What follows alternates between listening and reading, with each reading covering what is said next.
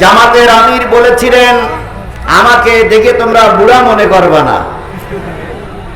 তাই বলেছে না, যে আমাকে দেখে তোমরা বুড়া বুড়া মনে করবা না, আমার বয়স বুড়া হলে আমি কিন্তু এখনো বুড়ো হইনি। আমাদের মুরব্বী দেখে আমি যতই বয়স হোক এখনো কিন্তু মুরব্বী তাজা আছে। কথা বলে ঠিক না বেঠি? আল্লাহ পাক আমাদের দ্বিতীয় আমিরে জামাত হিসেবে শিবগঞ্জের আমার এই ভাইকে কবুল করুক। সকলে বলুন আমিন।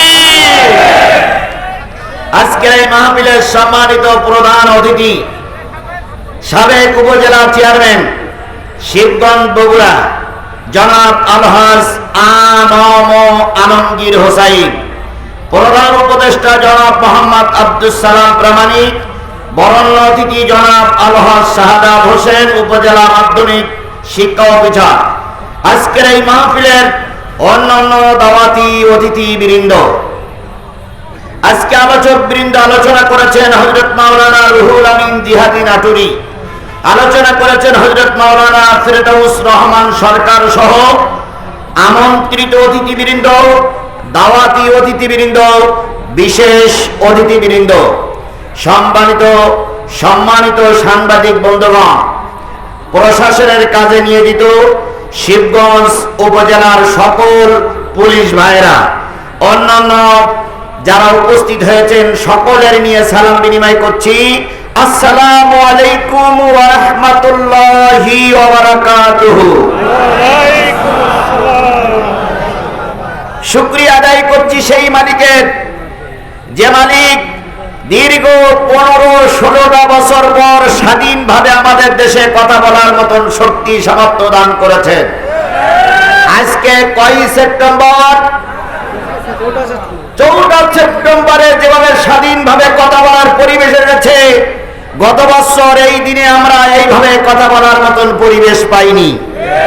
কথা বলেন ঠিক না বেঠিক? তারা প্রায় বলতো আমরা পালাই না, আমাদের নেত্রী পালায় না।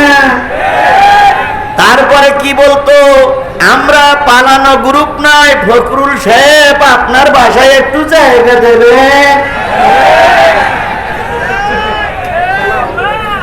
তারপরে কি বলতো, যে আপনার এখানে না হয় কুড়িগ্রামের বাসায় জায়গা দিয়েন, আমরা পালানো জাত নয়। স্পষ্ট করে আমরা বলতে চাই, আমাদেরকে তাড়াতে চেয়েছিল, আমরা ছিলাম, আমরাই আছি, আমরাই থাকবো। কথা বলে ঠিক না বেঠিক? যারা আমাদেরকে তাড়াতে চেয়েছিল তারা আজকে টুপলা টুপলি বেঁধে নিয়ে পালিয়ে চলে গেছে। যে কয়েকজন আছো, জনগণ তোমাদের হারিকেন দ্বারাই খুঁজতেছে। আজ হোক কাল হোক জনগণের আদালতে তোমাদের উপস্থিত হওয়া লাগবে। সেদিন জনগণ তোমাদের বিচার করবে। একটাও ইবলিসের বাচ্চা পালাই যেতে পারবে না, পারবে না, পারবে না।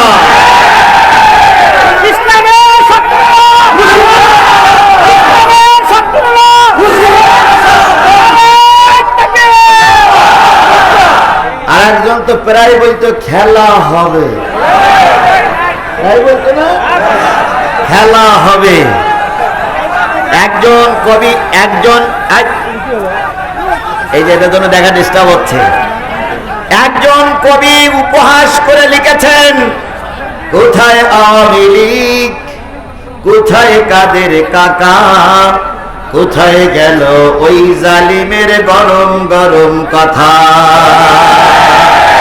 কোথায় আওয়ামী লীগ, কোথায় কাদের কাকা, কোথায় গেল ওই জালিমের গরম গরম কথা।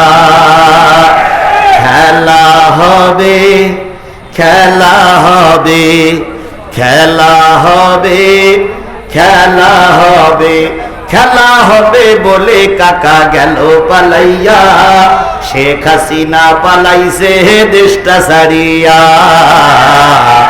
জনগণ শান্তি পাইল ফিরিয়া। সুতরাং যে মালিক আমাদের এই স্বাধীনতার দুয়ার পর্যন্ত পৌঁছেই দিলেন, সেই মালিকের শুকরিয়া আসতে না জোরে সবাই মিলে বলছি আলহামদুলিল্লাহ। কে খুশি হয়েছে? জোরে বলেন, কে খুশি হয়েছে? বিজয় যখন আসবে তখন কি করতে হবে সে শিক্ষা কোরআনে আছে না নাই?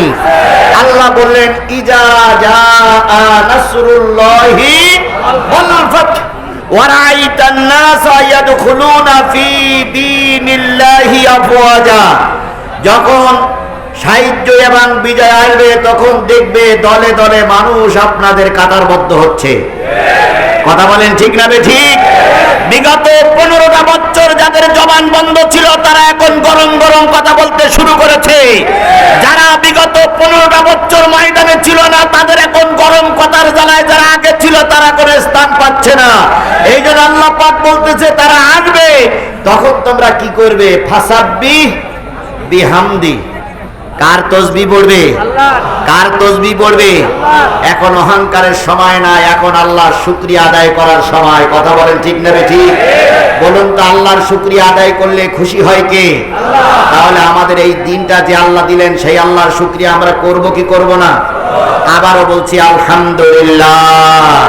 আল্লাহ বলতেছেন কুল লাউ কানাল বাহরু মিদাদান লিকালিমাতি রাব্বি লানাফিদাল বাহরু ক্বাবলা আন তানফাদা কালিমাতু রাব্বি ওয়ালাউ জিনা বিমিসলিহি মাদাদা। কার কথা? কোরআন তেলাওয়াতের পরে যদি কেউ আল্লাহু আকবার বলে আল্লাহ তার জান্নাতে যাওয়ার পথ পরিবেশ করে জান্নাতে যাওয়ার পথ সুগম করে দেন। এই জন্য সবাই বলছে আলহামদুলিল্লাহ, সবাই বলছে আল্লাহু আকবার।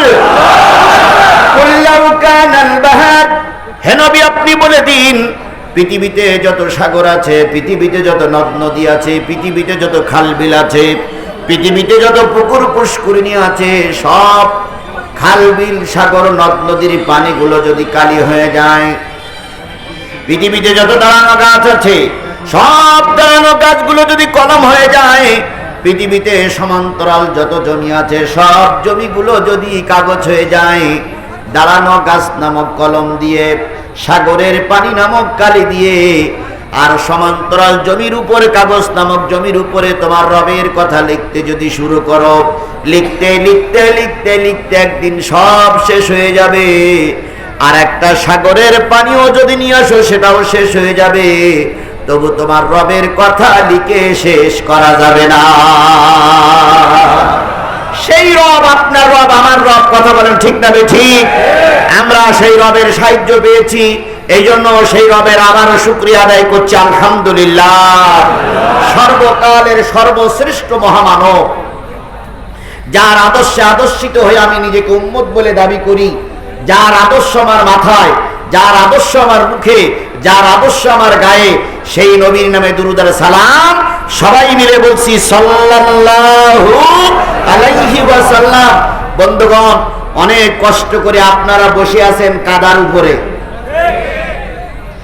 আপনাদের সঙ্গে আমি যদি বসতে পারতাম তাহলে আমি নিজেকে ধন্য মনে করতাম, কিন্তু আপনারা বসে আছেন কাদার উপরে, খুব কষ্ট লাগতেছে। এই কষ্ট করে এসেছি আমরা কি শোনার জন্য? সবাই মিলে বলুন, কি শোনার জন্য এসেছি? আমরা কোরআন শুনতে চাই, কোরআন জানতে চাই, কোরআন বুঝতে চাই, কোরআন নিয়ে নিজের জীবন গঠন করতে চাই। কথা বলুন ঠিক না বেশি? তাহলে কোরআন শুনবো আমরা। আপনারা সবাই কি কোরআন শুনতে রাজি আছেন? কোরআন এমন একটা জিনিস যেখানেই থাকে সেখানেই মানুষ ছুটে যায়। এখানে আজিজুল ইসলাম জিহাদির কোনো আকর্ষণ নাই, এখানে কোনো বক্তার কোনো আকর্ষণ নাই। সব আকর্ষণ কিসে? সবাই মিলে বলুন, সব আকর্ষণ কিসে? আল্লাহর কসম, আল্লামা সাঈদী বলতেন, আল্লামা সাঈদীর কোনো আকর্ষণ নয়, সব আকর্ষণ আল্লাহর কোরআনের। আজকে জাতি বড় হতভাগ, সব কিছু আছে, আল্লামা সাঈদী নাই। আল্লামা সাঈদী যদি আজকে বেঁচে থাকতেন তিনি বিরাট খুশি হয়ে যেতেন। কি কথা বলেন? তিনি খুশি হতেন। তার জীবনের সবচেয়ে বড় সাধনা ছিল আল্লাহর কোরআন দিয়ে দেশ চলুক। তবে তিনি একটা কথা বলেছিলেন, তিনি কয়েকটা কথা বলেছিলেন, উত্তর গগনে কালো মেঘ জমেছে। কিভাবে যে আল্লাহর ওলি বলেছিলেন আল্লাহই ভালো। আমি বুঝতে পারিনি, এখনো বুঝতে পারি না যে তিনি কিভাবে স্বপ্নদ্রষ্টা হয়েছিলেন, কিভাবে বলেছিলেন উত্তর গগনে কালো মেঘ জমেছে, ঝড়ের পূর্বাভাস লক্ষ্য করছি। যদি শক্ত হাতে মোকাবেলা করতে না পারো, এমন আমাবস্যা যার সবে সাদেক অসম্ভব। কথাটা কি হাড়ে হাড়ে সত্য পরিণত হয়েছিল?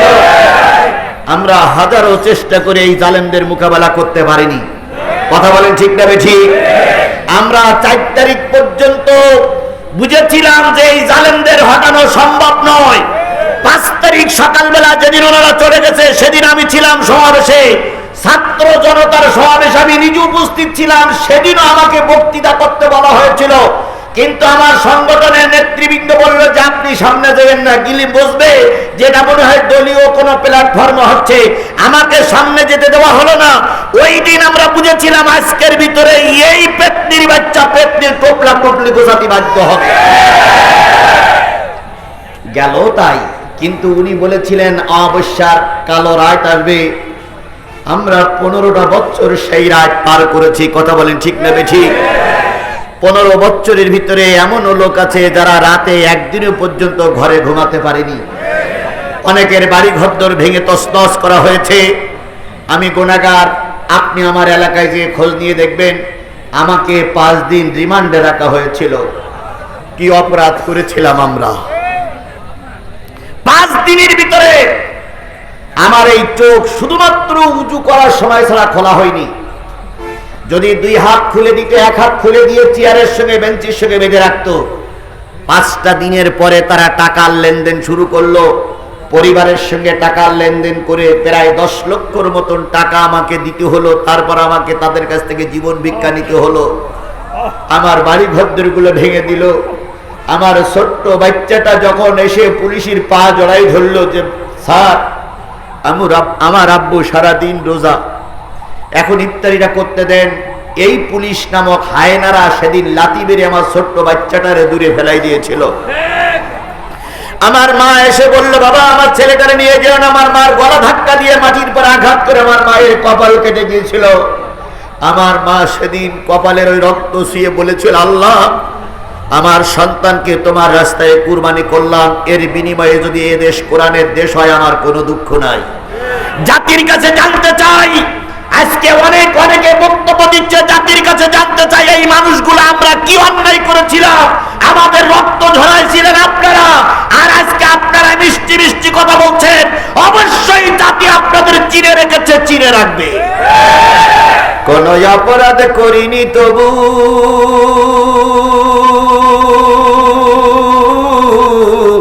আমি আজ কারাগারে, বিনা দোষে জেলে আমায় পাঠায় জালিম সরকারে। কোন অপরাধ করিনি তবু আমি আজ কারাগারে, বিনা দোষে জেলে আমায় পাঠায় জালিম সরকারে। কান্দিসি না মায়া আমার মতো হাজার সোনার ছেলে, বন্দি আছে জেলখানাতে দিনের সব কাজ ফেলে। যেই দেশেতে বিচার সে তাপ বলবো এসব কারে, বিনা দোষে জেলে আমায় পাঠায় জালিম সরকারে।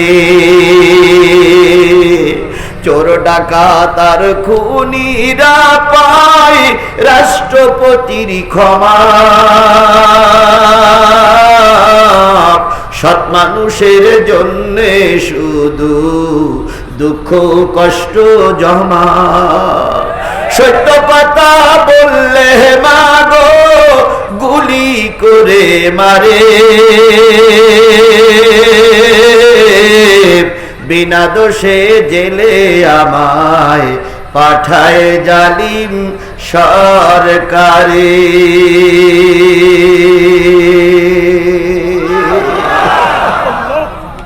যে কথাগুলো বললাম কথাটা ঠিক না বেঠিক? তাহলে আল্লাহ পাক ওই দিনটা পার করে এখনো রসুলের পথে আপনাকে আমাকে কবুল করেছেন। এই জন্য রসুলের নামে দুরূদ আর সালাম সকলে মিলে বলছি সাল্লাল্লাহু আলাইহি ওয়াসাল্লাম।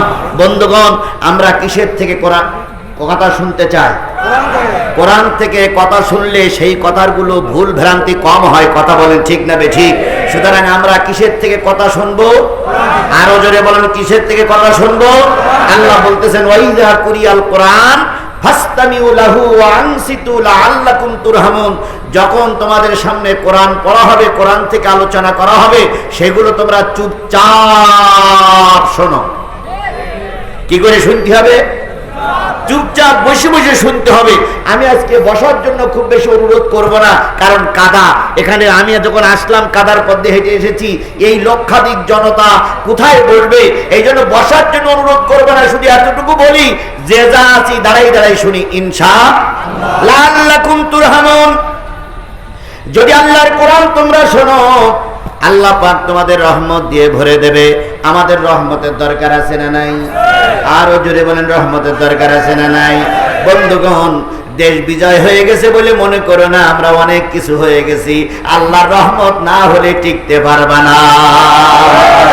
অনেক যুদ্ধে সাহাবীরা বেশি ছিল, তারপরে কাজ হয় নাই। আবার অনেক যুদ্ধ অল্প সংখ্যক সাহাবী ছিল, আল্লাহ পাক বিজয় দান করেছে। এই জন্য ক্ষমতার বলে বিজয় হয় না, লোকবল দিয়ে বিজয় হয় না, বিদেশি সাহায্য নিয়ে বিজয় হয় না। বিজয় দিতে গেলে আল্লাহর মদদ লাগে। এই জন্য সাহায্য চাইব কার কাছে? আরো জোরে বলেন, সাহায্য চাইব কার আছে? তাহলে আমাদের রহমতের দরকার আছে না নাই? সুতরাং যাদের রহমতের দরকার তারা যে যেখানে আছেন, মোনাজাত শেষ না হওয়া পর্যন্ত যাওয়া যাবে না। আচ্ছা, আমি যে অনেকদিন পরে আপনাদের কাছে আসলাম, আমারে ফেলাই রেখে চলে যাবেন কারা কারা? হাত তোলেন তো। আমার ফেলাই রেখে কেউ চলে যাবেন না? বুঝে শুনে অর্ডার করেন। আপনারা কি আমারে রেখে চলে যাবেন? জোরে বলেন, ফেলাই রেখে চলে যাবে? তাহলে আপনি যখন যাবেন, আমি যখন যাব, আপনিও তখন যাবেন। রাজি আছেন না? রাজি আছেন না? রাজি আছেন না? আমার ভাইয়েরা চলুন সামনে যাই। আল্লাহ রাব্বুল আলামিন বলতেছে ওয়ালাকাদ জারানা লিজাহান্নামা কাসীরাম মিনাল জিন্নি ওয়াল ইনস লাহুম কুলুবুন লা ইয়াফকাহুনা বিহা।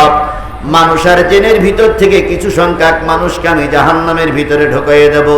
যারা জাহান্নামের ভিতরে ঢুকবে তাদের এক নম্বর দোষ হচ্ছে লাহুম কুলুবুন লা ইয়াফকাহুনা বিহা। তাদের অন্তর আছে কিন্তু অন্তরে জায়গা নাই। কিসের জায়গা নাই?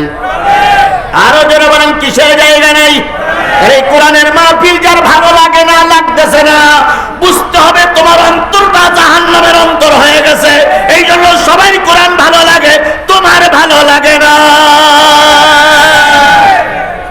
সুতরাং আজকের এই কোরআনের মাহফিলে যদি ভালো না লাগে, তাহলে বুঝতে হবে জাহান্নামের অন্তর তৈরি হয়ে গেছে। লাহুম কুলুবুন লা ইয়াফকাহুনা বিহা ওয়া লাহুম আয়ুনুন লা ইউবসিরুনা বিহা। তাদের চোখ আছে কিন্তু চোখ দিয়ে তারা দেখে না, দেখবে না। কি দেখে না? কি দেখবে না?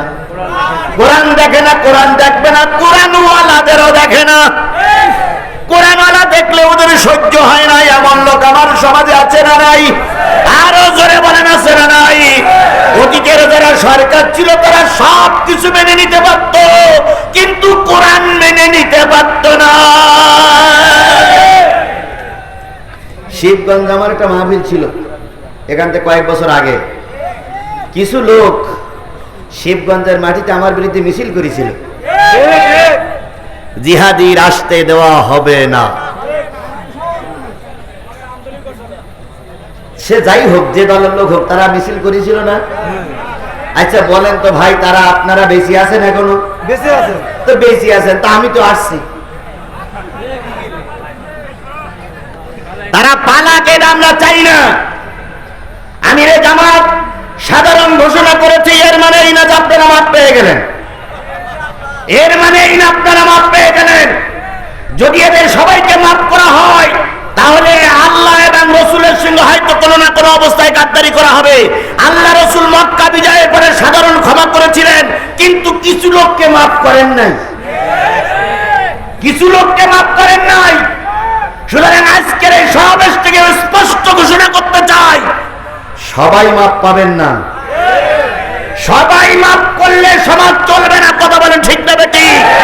সুতরাং কিছু লোককে বিচারের আওতায় আনা হবে। যারা আমাদের মাহফিলগুলো বন্ধ করেছিলেন, যারা আমাদের নেতাদের ঘরে থাকতে দেন নাই, যারা মিথ্যা মামলা দিয়ে আমাদেরকে গৃহশূন্য করেছেন, যারা আমার সন্তানকে হত্যা করে আমার কাঁধে আমার সন্তানের লাশ তুলেছিলেন, তারা বগলে, তারা গোপে তেল মাখাবে আর আমরা আঙুল চুলবো। ও শনিবার অনেক আগেই পাল্টে গেছে। যদি ফিরে আসো আলহামদুলিল্লাহ, নতুবা জনগণ ওপেনলি খোলা ময়দানে তোমাদের বিচার করবে। ইসলাম প্রতিশোধে বিশ্বাস করে না। ইসলাম বিরোধীদের ক্ষমা করার, ইসলাম বিরোধীদের তওবা করার সুযোগ দেয়। আমরা সেই সুযোগটা দিয়েছি বলে এই কথা মনে করো না যে তোমরা অনেক কিছু হয়ে গেলেন। না, এর মানে এই নয় সবাইকে ভালোভাবে মাফ করার কোনো সুযোগ নাই। যে যা করেছো জনতার আদালতে, কোর্ট কাছারির মাধ্যমে তাদের বিচার হবে। আচ্ছা বলুন তো, সবাইকে মাফ করে দিলাম, তাহলে হেফাজতের ময়দানে যারা গুলি করে মারলো তারা কোথায় যাবে? এরপরে এই বিগত 5ই আগস্টের আগে যারা গুলি করে সাধারণ জনতা, ছাত্ররা প্রায় 1000 মানুষকে মেরে দিলেন, তাদেরকে যদি মাফ করি তাহলে ওই লোকগুলো, তাদের যারা মারা গেছে তারা নিশ্চয়ই তার পরিবার এবং তারা কষ্ট পাবে। কথা বলেন ঠিক না বেঠিক? সুতরাং মাফ পাবে তারাই যারা সমাজে কোনো অন্যায় কাজ করেনি, সাধারণ কর্মী ছিল, তারাই মাফ পাবে। ওই পুলিশের সাবেক আইজি, ওই 3 ইঞ্চি হারুন,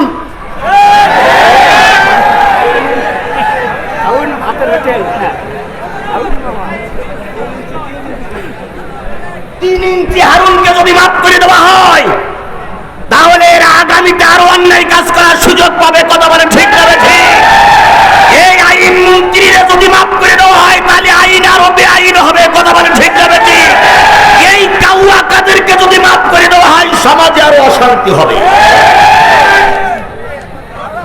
যে প্রধানমন্ত্রী, সাবেক প্রধানমন্ত্রী যখন বিমানে চড়তেছে তখনও বলতেছে পুলিশের আইজিকে ডেকে, দেখো তো গুলি করে ময়দান পরিষ্কার করতে পারো কিনা। তাহলে যে ব্যক্তি বিমানে ওঠার সময় বলে গেলেন গুলি করে ময়দান পরিষ্কার করো, এই ব্যক্তির যদি মাফ করে দেওয়া হয় তাহলে জাতি কার বিচার করবে? কার দিক জাতি তাকাই থাকবে? সুতরাং ইবলিস, ফিরাউন, নমরুদদের মাফ করা হবে না, হবে না, হবে না।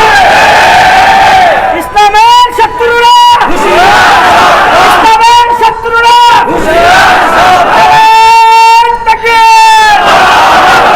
আমার বন্ধুগণ, তাই আমি বলতে চাইছিলাম, যাদের দেলে কোরআন নাই তারা যাবে কোথায়?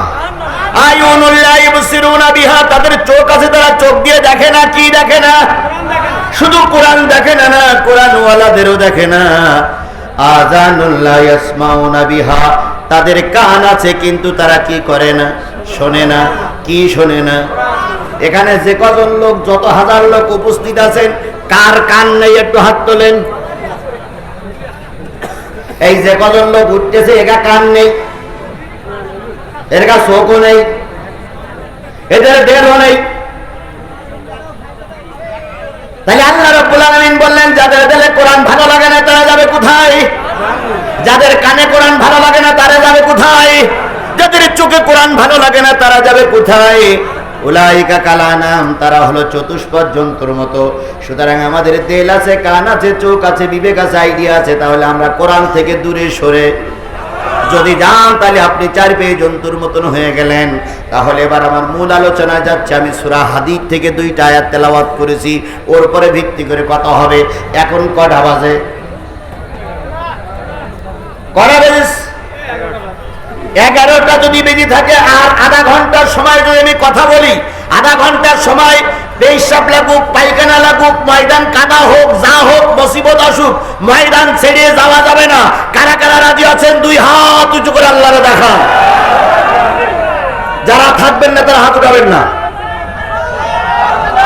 আমার কথা শেষ পর্যন্ত যারা থাকবেন না তারা হাত উঠাবেন না, উঠালে কিন্তু মুনাফিক হবেন। হাত নামান।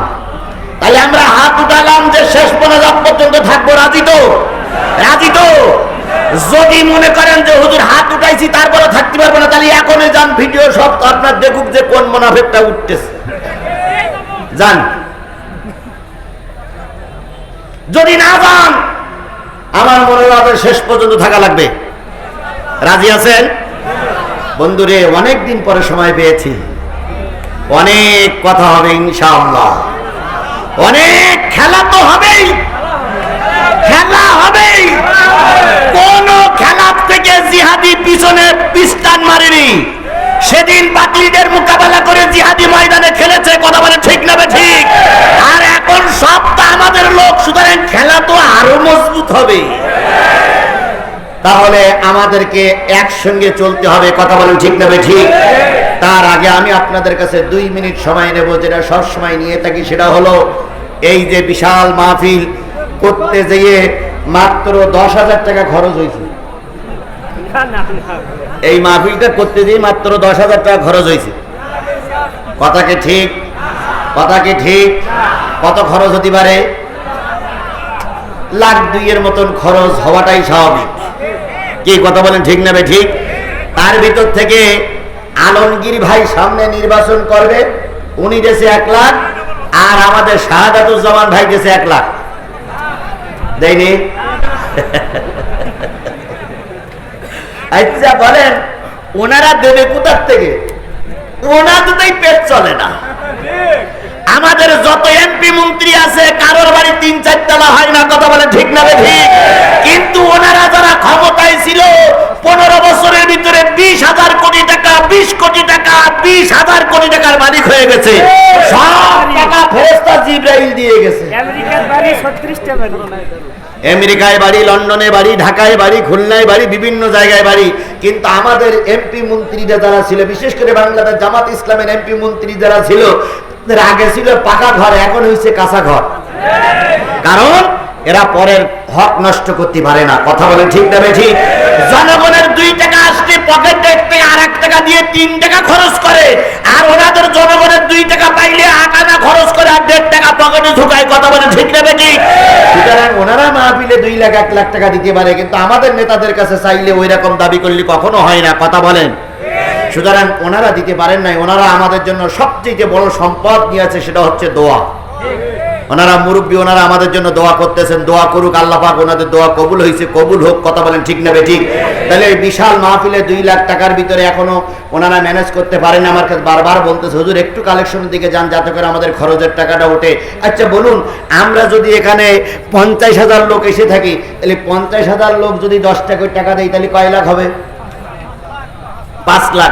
এইবার কিছু কিছু কৃপণ লোক চিন্তা করতে, ওরে বাপ রে বাপ, 5 লাখ টাকার হবে, তাহলে তোরা বিরাট বড় লোক হয়ে যাবো, 5 টাকা দে। এরকম কৃপণ লোক কারা কারা আছেন? হাত তোলেন তো। আচ্ছা 10 টাকা, 20 টাকা, 20 টাকা, 20 টাকা কার পকেটে নেই সেইটা তো হাত তোলেন তো। আমার কাছে 20 টাকা নেই ভাই, ফেরেশতা বলো কাঁধে বসে আছে, মাটির পরে বসে আছেন, 20 টাকা নাই? 20 টাকা, 10 টাকা, 50, 100, 200 টাকা, 10 টাকার নিচে নেই, 10 টাকার উপরে আছে, অথবা পকেটে টাকা আছে। যাদের যাদের পকেটে টাকা আছে তারা একটু হাত তোলেন তো, যাদের পকেটে টাকা আছে। যদি পকেটে টাকা থাকার পর হাত না তোলেন, তাহলে কিয়ামতের দিন বলে খবর আছে ভাই। আচ্ছা এই হাতগুলো সব পকেটে ঢুকাবেন, সবাই সবাই পকেটে ঢুকাবেন। আমিও ঢুকাচ্ছি, আমি আগে ঢুকাই, তারপর আপনাদের কাছে চাই। সবাই পকেটে হাত দেন, সবাই পকেটে হাত দেন, হাত দিয়ে বের করেন, সবাই বের করেন, সবাই বের করেন, সবাই বের করেন। আয় ছেলে, আয় ছেলে, প্যাকেট, এই প্যাকেট দাও, প্যাকেট হুজুর অন্যের পকেটে দেন, হাত দেন আবার। প্যাকেট দাও, প্যাকেট এখন কেউ প্যাকেট নেবে না, দাও সবাই দাও। আচ্ছা এই এই উপরে যারা বসে আছে, উপরে যারা বসে আছে, এদের সম্মান বেশি না কম? এই জন্য তো উপরে বসে নাকি? আপনারা যদি 100 টাকা দেন, তাহলে এনারা কয়শো টাকা দেবে? 1000। যদি না দিতে পারে, তাহলে উপরে বসার দরকার নেই। কি আমার কথা একমত তো আপনারা? এই দেখেন, নেতা বলার আগে বের করেছে, আমি নেতার টাকাটা পরে নিচ্ছি। এই যে মঞ্চে যারা বসে আছেন, সবাই 1000 করে টাকা না হলে 500 টাকা বের করেন, সবাই বের করেন। আগে মঞ্চে কালেকশন যে আপনারা দেন, আপনারা আলাদা 900। আমি 100 বলে আমার বলো, সেটা ভুল। আচ্ছা চেয়ারম্যান সাহেব তো নিচ্ছি, দেন ভাই, দেন বড় ভাই, দেন। হ্যাঁ আমাদের শাহাদাতুজ্জামান ভাই 1000 দেশে আরো করে দেবে ইনশাআল্লাহ। আগে দিছে। আচ্ছা ওটা নিচে এবার আপনারা দেন, আপনারা দেন, দেন, দেন, মঞ্চে দেন। দেন ভাই দেন। আমরা এই সাইডে কালেক্ট বিশেষ অতিথি 1000 জি দেন, দেন। খুচরা জি ভাই দেন, দেন, দেন, দেন, দেন, দেন, দেন, আপনারা দেন। এবার শোনেন এই, উঠলি কিন্তু শয়তান খুশি, এখনো টাকা চাইনি, তার আগে উঠতেছেন। কারা কারা টাকা বের করেছেন হাত তোলেন, কারা কারা টাকা বের করেছেন, কারা কারা টাকা বের করেছেন? ভাই অনেক লোক টাকা বের করেছে, 2 টাকা নাই। আরে ভাই 2 টাকা বের করেন তো। এবার যাও, এবার যাও ছেলেরা, এবার যাও, এবার যাও, এবার যাও। জি জি মা বোনদের কাছে, মা বোনদের কাছে, জি মা বোনদের কাছে, মা বোনদের কাছে চলে যান। হ্যাঁ তাড়াতাড়ি, খুব তাড়াতাড়ি, যত তাড়াতাড়ি হয়, যত তাড়াতাড়ি হয়। মোহাম্মদ শরীফুল ইসলাম শান্তু শিবগঞ্জ ইউনিয়ন চেয়ারম্যান পদপ্রার্থী, সকলের নিকট দোয়া চাই 5000 টাকা। আল্লাহ পাক দাতার দান কবুল করুক, সকলে বলুন আমিন। মোহাম্মদ কাইয়ুম সরকার খতিব, বালা সরকার পাড়া জামে মসজিদ 2000 টাকা। প্যানেল চেয়ারম্যান বর্তমানে 1000 টাকা। হাকিম ভাই সহ অনেকগুলো টাকা আসছে, দেন সবাই দেন। জি মাশাআল্লাহ। ভাই আমি উঠতে বলিনি, এই তো এতক্ষণ ধরে কি ওয়াজ শোনালাম, উঠতে বলিনি। আমি আপনাদের বসতে বলেছি, 10 টাকা 20 টাকা দিয়ে সাহায্য করতে বলেছি। যদি সাহায্য না করেন, সরাই মাত্র 5 মিনিট, তার ভিতরে 2 মিনিট হয়ে গেছে, 3টা মিনিট বসেন, তারপর আমার মূল আলোচনা শুরু হবে ইনশাআল্লাহ। দয়া করে কেউ উঠবেন না। মৃত্যু ছেলের জন্য দোয়া প্রার্থী মোহাম্মদ আনিসুর হক নগদ 2000 টাকা। নজরুল ইসলাম নগদ 3000 টাকা। কেশিয়ার উক্ত ঈদগাহ নজরুল ইসলামের দান আল্লাহ কবুল করুক। ভাই আপনারা যে উঠেছেন, এদের কালেকশনে ক্ষতি হচ্ছে না? ভাই একটু খেয়াল করেন, আপনারা যে উঠলেন কালেকশনে ক্ষতি হচ্ছে না? দয়া করে ওঠাচলা করেন না। কত লোক, এগুলো সব সরান্ত, মঞ্চের থেকে সরান্ত। বন্ধুগণ, আমি আপনাদের সামনে তেলাওয়াত করেছি, ভালো করে খেয়াল করেন। 27 নম্বর পারা, 57 নম্বর সূরা। কয় নম্বর পারা? এই মুসলমান সবাই আমাকে খেয়াল করেন, আমাদের মতো অর্জন এবার সবাই বলুন কত নম্বর পারা? 27 নম্বর পারা।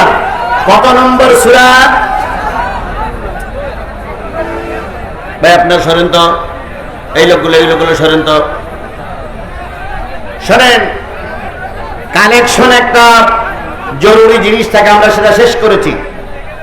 যদি কেউ মনে করেন যে হুজুর আমি এই মাহফিলে সমস্ত ঝামেলা করার জন্য এসেছি, দয়া করে তিনি চলে যেতে পারেন। আপনার মতন 2-4 জন ইবলিশ শয়তান চলে গেলে আমার মাহফিলের কোনো ক্ষতি হয় না। তবে দয়া করে আমি যতক্ষণ কথা বলবো মা ডিস্টার্ব করবেন না, কারণ আল্লাহ সকলকে সকল জায়গায় কবুল করে না। কথা বলেন ঠিক না বেঠিক? এর আগে দেখতাম অনেক নেতারা সালাম বিনিময় করে 10-15 মিনিট কথা বলতে আমি চলে গেলাম, এরকম নেতাও আমরা দেখেছি। কথা বলেন ঠিক না বেঠিক? তাদের উত্তর শরীরে আছে না নাই? দয়া করে আপনারা আমাদের ডিস্টার্ব করবেন। আপনারা চলে যেতে পারেন, আপনারা চলে যেতে পারেন, আপনারা চলে যেতে পারেন। আমার কথায় ডিস্টার্ব করেন না, আমার কথা বলতে দেন। কালেকশনের একটা ফ্যাক্টর ছিল, সেটা আমরা তুলে দিয়েছি। এখন যদি কমিটির কোনো লোক মনে করে যে আমি থাকবো না, তাও চলে যেতে পারে, কিন্তু আমাদের কথার ভিতরে কোনো বিঘ্ন সৃষ্টি করেন না। অনেক গুরুত্বপূর্ণ কথা আজকে আমাকে বলতেই হবে, কারণ আমরা এখন যে বিপদে আছি, আগের সেইটা বিপদ আমাদের কমে যায়নি। কথা বলেন ঠিক না ঠিক? আগে মোকাবেলা করেছি কাফের, আর এখন মোকাবেলা করতে হবে মুনাফিকের। কাফেরের চাইতে মুনাফিক বেশি ক্ষতিকর। কথা বলেন ঠিক না ঠিক? সুতরাং মুনাফিক কারা, কি ভাবে করতে হবে, সেগুলো আমাদের দিক নির্দেশনা দিতে হবে। এই জন্য সকলে দয়া করে চুপচাপ বসুন। কত নম্বর পারা? মুসলমান কথা বলেন, কত নম্বর পারা? কত নম্বর সূরা? সূরাটার নাম সূরা হাদীদ। কি সূরা? হাদীদ। 29টা আয়াত, 4টি রুকু। মদিনায় অবতীর্ণ সূরা সমূহের ভিতরে একটা অন্যতম সূরা, নাম হলো হাদীদ। হাদীদ শব্দের অর্থ হচ্ছে লোহা। হাদীদ শব্দের অর্থ কি? লোহা। লোহা এই সমাজের প্রয়োজন আছে না নাই? লোহা দারুণ প্রয়োজন, ইস্পাত দারুণ প্রয়োজন। আল্লাহ পাক 1450 বছর আগে বলে দিলেন লোহা একটা ধাতু, সেটা মানুষের কল্যাণের জন্য আসবে। এই জন্য লোহার নামে একটা সূরা নাজিল করলেন। এই সূরার শুরুতে হলো সাব্বাহা লিল্লাহি মা ফিস সামাওয়াতি ওয়া মা ফিল আরদ। 5টা সূরার প্রথমে সাব্বাহ ইউসাব্বিহু দিয়ে আল্লাহ পাক তার প্রশংসা করার কথা বুঝিয়েছেন। আমলের দিক দিয়ে জানা যায় আল্লাহ নবী প্রতি রাত্রিতে এই 5টা সূরা না পড়ে ঘুম পড়তেন না। সাব্বাহা লিল্লাহি মা ফিস সামাওয়াতি ওয়াল আরদ, আরেক জায়গা আছে সাব্বাহা লিল্লাহি মা ফিস সামাওয়াতি ওয়া মা ফিল আরদ, ইউসাব্বিহু লিল্লাহি মা ফিস সামাওয়াতি ওয়াল আরদ। এরকম ইউসাব্বিহু, সাব্বাহা 5টা জায়গা আছে। এটা হলো আমলের ব্যাপার। এই সূরা হাদীদের 29টা আয়াতের ভিতরে আমি আপনাদের সামনে 29টা আয়াতের ভিতর থেকে আমি আপনাদের সামনে আয়াত পড়েছি 2টা। কয়টা? একটা হলো 28, আরেকটা হলো 29। 2টা আয়াত পড়েছি। প্রথম আয়াতে চলে যাচ্ছি, ভালো করে খেয়াল করেন। আল্লাহ বলতেছেন, ইয়া আইয়ুহাল্লাযীনা আমানুত্তাকুল্লাহ ওয়া আমিনু বিরাসূলিহি ইউতিকুম কিফলাইনি মির রাহমাতিহি। আল্লাহ রাব্বুল আলামিন বলেন, হে ঈমানদারেরা শোনো, কাকে ভয় করবা? আরো জোরে বলেন, কাকে ভয় করবা? সরকারকে ভয় করার দরকার নেই, ভারতের ভয় করার দরকার নেই, আমেরিকার ভয় করার দরকার নেই। আল্লাহরে ভয় করো, আল্লাহ বিজয় দান করবে। ওয়ালা তাহিনু ওয়ালা তাহজানু ওয়া আনতুমুল আলাউনা ইন কুনতুম মুমিনিন। তোমাদের কোনো ভয় নাই, তোমাদের কোনো চিন্তা নাই, আমি আল্লাহ পাক তোমাদের বিজয় দেব যদি তোমরা মুমিন হতে পারো। তাহলে সর্বক্ষেত্রে ভয় পাবো কার? আরো জোরে বলেন, ভয় পাবো কার? যদি আল্লাহর ভয় আমার দিলে না থাকে, মানুষের ভয় দিয়ে কোনো উপকারও হবে না, ক্ষতিও হবে না। এই জন্য সর্বক্ষেত্রে ভয় পাবেন কার? আমরা কি আল্লাহরে ভয় পাই? পাই। যদি আল্লাহরে ভয় পেতাম তাহলে একজন লোক 170টা ভোট দিতে পারতাম না। আমরা যদি আল্লাহরে ভয় পেতাম তাহলে সুদ ঘুষ খাইতে পারতাম না। আমরা যদি আল্লাহরে ভয় পাইতাম একজনের নামে মিথ্যা মামলা দিয়ে তার ঘর ছাড়া করতে পারতাম না। কি কায়দায় শোনা যেত আমাদের নেত্রী 5 ওয়াক্ত নামাজ পড়ে, প্রতিদিন সকালবেলা কোরআন তেলাওয়াত করে উনি কাজ শুরু করে। আমাদের নেত্রী তাহাজ্জুদের নামাজ পড়ে, সকালবেলা উঠে কি খোঁজে? জায়নামাজ খোঁজে। ছাত্র এবং জনতার আন্দোলনে যখন তার গণভবন দখল করা হইল, আল্লাহর কি খেলা, জায়নামাজ খুঁজে পাওয়া গেল না। জনগণ চিন্তা করি সে জায়নামাজ গেল কই, হই হই রই রই জায়নামাজ গেল কই। এখন কেউ কেউ বলতেছে প্রধানমন্ত্রী, সাবেক প্রধানমন্ত্রী এমন আল্লাহওয়ালা, যাওয়ার সময় জায়নামাজটাও বগল ডাকাই করে নিয়েই চলে গেছে। এই জন্য সব খুঁজে পাওয়া গেছে, রাজহাঁস খুঁজে পাওয়া গেছে, মুরগি খুঁজে পাওয়া গেছে, গণকবর খুঁজে পাওয়া গেছে, বিরিয়ানি রান্না পাওয়া গেছে, কিন্তু জায়নামাজ, কোরআন শরীফও পাওয়া যায় নাই। তবে একটা জিনিস পাওয়া গেছে, দুটো জিনিস পাওয়া গেছে। তার ভিতরে একটা হলো মদের বোতল, আর একটা জিনিস পাওয়া গেছে, ওটার নাম আমি বলতে পারবো না।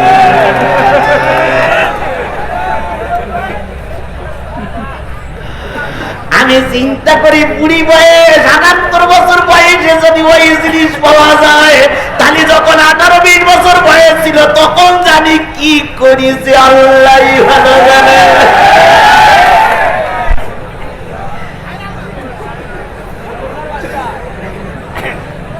আর এই কথাগুলো বললে জিহাদি দোষের কুল নাই।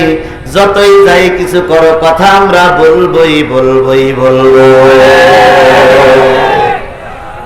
আমার ভাইরা, তাহলে সকল ক্ষেত্রে ভয় পাবো কার? আরো জোরে বলেন, ভয় পাবো কার? আল্লাহর ভয় যদি আমাদের ভিতরে থাকতো তাহলে মরা মানুষ ভোট দিতে পারত না। জীবিত মানুষ ভোট দিতে পারেনি, কবরের থেকে মরা মানুষ ভোট দিয়ে চলে গেছে। আর নির্বাচন কমিশন, আজকে শুনলাম নির্বাচন কমিশন ভেঙে দেওয়া হয়েছে, যেটা ছিল সেটা ভেঙে দেওয়া হয়েছে। এনারা প্রায় এসে বলতো এবারের মতন সুষ্ঠু নির্বাচন আর কোন নির্বাচন হয়নি, এবারের নির্বাচন হয়েছে স্মরণকালের স্মরণীয় নির্বাচন। এদের কথা শুনিয়ে কুকুরও ঠ্যাক করে হেসে উঠত। কুকুর বলতো কি হইল? কেউ ভোট দিতে যায়নি, সুষ্ঠু নির্বাচন কি হইল, কি করে হইল? তাই সাংবাদিকরা লিখেছিল সুষ্ঠু হয়েছে নির্বাচন, ভোট দিয়েছে প্রশাসন। সুষ্ঠু হয়েছে নির্বাচন, ভোট দিয়েছে প্রশাসন, তাকিয়ে তাকিয়ে দেখেছে জনগণ। কি কথা ঠিক না বেঠিক? এরাই এখন মায়া কান্না কানতেছে ভারতে বসে। আমি ভারত সরকারকে এই লক্ষাধিক মানুষের মাঝে হুঁশিয়ার করে দিতে চাই, আপনি যদি আওয়ামী লীগের সঙ্গে সম্পর্ক রাখেন তাহলে জনগণ আপনাকে স্যালুট দেবে না, বরং জনগণ আপনাকে থুতু দেবে। একটা দেশের সঙ্গে সুসম্পর্ক রাখতে হয়, দেশের সঙ্গে দেশের সুসম্পর্ক, নেতা নেত্রীর সঙ্গে সুসম্পর্ক রাখলে সেটা আন্তর্জাতিক মানদণ্ডে গ্রহণীয় হয় না। আজকে আমার দেশের তত্ত্বাবধায়ক সরকার নাও, অন্তর্বর্তীকালীন সরকার ক্ষমতায়, যদি আগামীকাল ভারতে নির্বাচন হয়ে কংগ্রেস সরকার আছে, তখন মোদির সঙ্গে সম্পর্ক থাকবে না, থাকবে রাহুল গান্ধীর সঙ্গে। কথা বলেন ঠিক না ঠিক? আজকে ভারত আপনি ভুলে যাচ্ছেন, আপনি বাংলাদেশের বন্ধু না, আপনি শেখ হাসিনার বন্ধু। তাই তো জনগণ বলে আমাদের ম্যাডামের স্বামী নাই আর ওনার স্ত্রী নাই।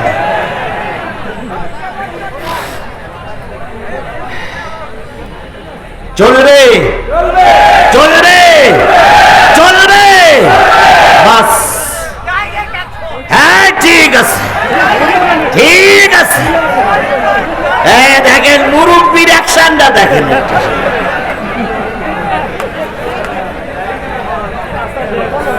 এ মুরব্বী প্রায় জায়গায় থাকে, আল্লাহ ওনারে কবুল করুক, সকলে বলুন আমিন। আমি বলতেছিলাম তাকে, তাহলে কার ভয় পাবেন? আরো জোরে বলেন, কার ভয় পাবেন? এবং রাসূলের আনুগত্য করে চলবেন। চললে কি হবে? ইউতিকুম কিফলাইনি মির রাহমাতিহি, যত রহমতের আশা তোমরা করতেছিলে তার চাইতে ডবল রহমত আল্লাহ তোমাদের দিয়ে দেবে। আমরা বাংলাদেশ জামাত ইসলামের মুরব্বী বুড়োরা যারা আছি, অনেক মিছিল করেছি, শুধু লাইট দিতে হয়েছে, পরিবর্তন আনতে পারিনি। এই কথা কি বাড়াই বললাম না? ঠিক বললাম? আমরা ময়দানে কম আন্দোলন করিনি, কথা বলেন ঠিক না ঠিক? কম রক্ত দেয়নি, কম জেল খাটিনি, কিন্তু সমাজের পরিবর্তন আনতে পারিনি। বিএনপি কম রক্ত দেয়নি, কম জেল খাটিনি, কিন্তু সমাজের পরিবর্তন আনতে পারিনি। হঠাৎ করে কোটার থেকে আসলো একদল ছাত্র, পরে যাচ্ছে, আমি যাচ্ছি, আস্তে আস্তে যাচ্ছি।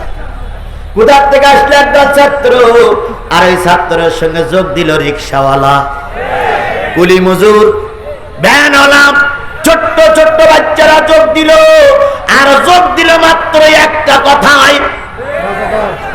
যে রাজাকারের স্লোগান দিয়ে আব্দুল কাদের মোল্লারে ফাঁসি দেওয়া হলো, যেই রাজাকারের স্লোগান দিয়ে মতিউর রহমান নিজামীরে মারা হলো, যেই স্লোগান দিয়ে কি বলে সাবেক আমির সেক্রেটারি জেনারেল আলী হাসান মোহাম্মদ মুজাহিদকে ফাঁসিতে ঝুলানো হলো, একই ট্যাগ দিয়ে একই কথায় এই সরকারের পতন হলো।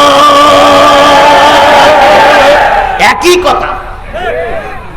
ওরা হ্যাঁ ঠিক ঠিক, আমার বলতে দাও, আমার বলতে যেতে দাও, অনেক দূর যেতে হবে আমাকে। ওরা স্লোগান দিয়েছিল, কতে কাদের মোল্লা তুই রাজাকার, তুই রাজাকার, মতে মতিউর রহমান নিজামী তুই রাজাকার, তুই রাজাকার, দন্ত সাহিতে সাইদি তুই রাজাকার, তুই রাজাকার। কথা বলেন ঠিক না ঠিক? সেই শাহবাগে গণজাগরণ মঞ্চ তৈরি করে তুই রাজাকার, তুই রাজাকার, সেই একই রাজাকারের স্লোগান দিয়ে দেশ স্বাধীন হয়েছে। সুবহানাল্লাহ, সুবহানাল্লাহ, সুবহানাল্লাহ। কি স্লোগানটা কি? যখন না না না বলতে দেন, যখন কি বলে কোটা সংস্কারের পক্ষের আন্দোলন করলো, তখন আমাদের সাবেক ডাইনি বুড়ি, রক্ত পিপাসু গণহত্যাকারিনী, কথা বলেন ঠিক না ঠিক? যদি আজকে হিটলার বেঁচে থাকতো তাহলে হিটলারের মুখে থুতু মারতো আর বলতে আমার চাইতে বড় হিটলার তুই। এই হিটলারের বাচ্চা, হিটলার এই গণহত্যাকারিনী তখন বলল যে এই যারা ময়দানে কথা বলছে এরা সব রাজাকারের বাচ্চা। এরা বলল কি মুক্তিযোদ্ধার নাতিপুতিরা চাকরি পাবে না, রাজা করেন নাতিপুতিরা চাকরি পাবে। আর এই কোটায় কিন্তু চাকরি পেয়েছিল ওই 3 ইঞ্চি হারুন, এ কিন্তু পরীক্ষাতে চাকরি পায়নি, এগুলো কোটায় কোটায় চাকরি পেয়েছিল। এখন উনি বললেন রাত 11টার সময় সম্ভবত যে রাজাকারের বাচ্চারা কি চাকরি পাবে। এই কথাটা বিশ্ববিদ্যালয়, কলেজ, স্কুল, প্রাইমারি স্কুল, মাদ্রাসা ছাত্ররা মেনে নিতে পারেনি। তাই তারা বিশ্ববিদ্যালয়ের সকল গেট খুলে বাইরে এসে বলল, তুমি কে আমি কে, তুমি কে আমি কে, কে বলেছে কে বলেছে, আবার বলেন তুমি কে আমি কে, কে বলেছে কে বলেছে। এই যে স্লোগান শুরু হলো, পেতনির বাচ্চা পেতনি ডাইনি বুড়ি এবার আরো উগ্র হতে শুরু করলো। কথা বলেন ঠিক না ঠিক? আমরা 2টা গুলি খেয়ে কেউ বা লাশ পড়েছে, কেউ বা পালাইছি, বিএনপি পালাইছে, জামাত ইসলাম পালাইছে, শিবিরওয়ালারা ময়দানে থেকেছে, তারপরে অনেক সময় ময়দান ছেড়ে দিতে বাধ্য হয়েছে। কত মামলা খাওয়া যায়। বিএনপির ছাত্র দলের লিডারেরা নেতারা ময়দানে ছিল, গুলির মুখে অনেক সময় পিস্টান মারতে বাধ্য হয়েছে। কিন্তু এই যে যুবক কিশোর ছোট ছোট বাচ্চারা মা বোনেরা রাস্তায় নামলো, যত লাশ পড়েছে ততই তাদের আন্দোলনের বেগ চেগেছে। লাশকে আর একজনের কাঁধে তুলে দিয়ে সে সামনে অগ্রসর হয়েছে, বুঝাইতে চেয়েছে লাশ পড়বে পড়ুক, তবু ডাইনি বুড়ি তোমার আর ক্ষমা না। কোথা থেকে নাজিল হলো আবু সাইদ? আচ্ছা বলুন তো, আবু সাইদ মরার আগে কয়টা লোক চিনতেন? আবু সাইদ মরার আগে কয়টা লোক চিনতেন? কেউ চিনতাম না। আবু সাইদের মা বাপকে আল্লাহ পাক রহমত করুক, আবু সাইদকে আল্লাহ পাক জান্নাতের মেহমান বানিয়ে দেখ। আবু সাইদ 2 হাত উঁচু করে বলল, করো গুলি, তবু ময়দান ছেড়ে দেব না।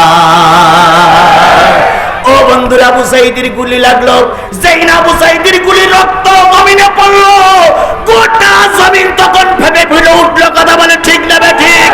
জালেমেরা তখন পালাইতে বাধ্য হয়েছে।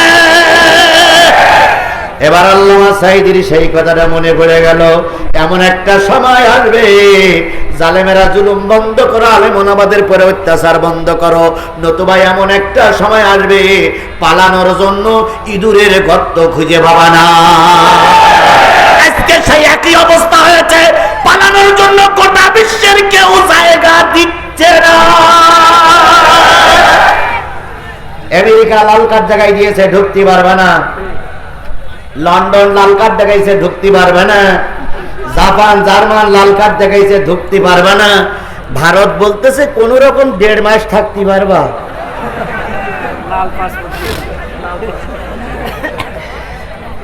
কোথায় গেল সেই অহংকার?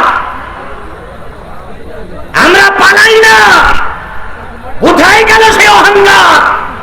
আমরা আমাদের নিজেদের নেতার রক্ত মাখা লাশ কবরে রেখেছি। আল্লামা সাইদির জানাজায় আমি সবার আগে থেকে জানাজা পড়েছি, কান্নায় 2 চোখের পানিতে বুক ভাসিয়েছি, তবু আমরা ময়দান ছেড়ে দেইনি। আর তোমরা এত ক্ষমতার বাহাদুরিতে পালাই গিলে কেন ম্যাডাম? আমি অনেক অজে বলেছি, এমন সময় আসবে পায়জামার গিরে দড়ি দেবার সময় পাবা না। আমার সে ওয়াজটা মনে হয় রেকর্ড এখন আপনাদের কাছে বাজে। সে সময়টা আসেনি। কি কায়দায় বললো, আমার 2 ঘন্টা সময় দেন। সেনাবাহিনীর প্রধান বললেন, সেনাবাহিনীর প্রধান কিন্তু ওনার আত্মীয় বলো, উনি বললেন ম্যাডাম ওরা এসেছে শাহবাগ পর্যন্ত, সেখান থেকে যদি পায়ে হেঁটে আসে 40-45 মিনিট, এর বেশি সময় আপনি পাবেন না, দয়া করে আপনি বেডিং পত্র গোছান।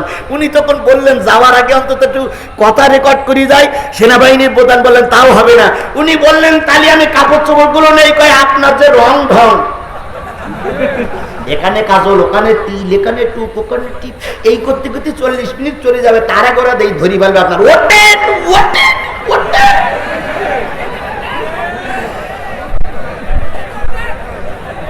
পালানের জায়গা পাবা না, ইঁদুরের গর্ত পর্যন্ত পাবা না। আল্লামা সাইদির সেই কথাটা 1450 বছর আগে নয়, হয়তো কিছু বছর আগে আল্লামা সাঈদী বলে গেছিলেন, সেই কথাটা এখন হাড়ে হাড়ে কাজে লেগেছে।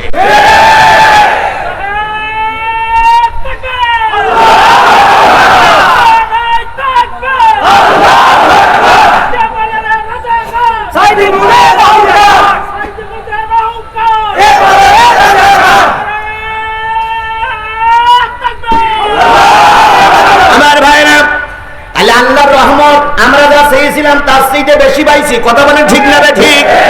আমরা চেয়েছিলাম শেখ হাসিনা সুষ্ঠু একটা নির্বাচন দেখ, তাই চেয়েছিলাম না?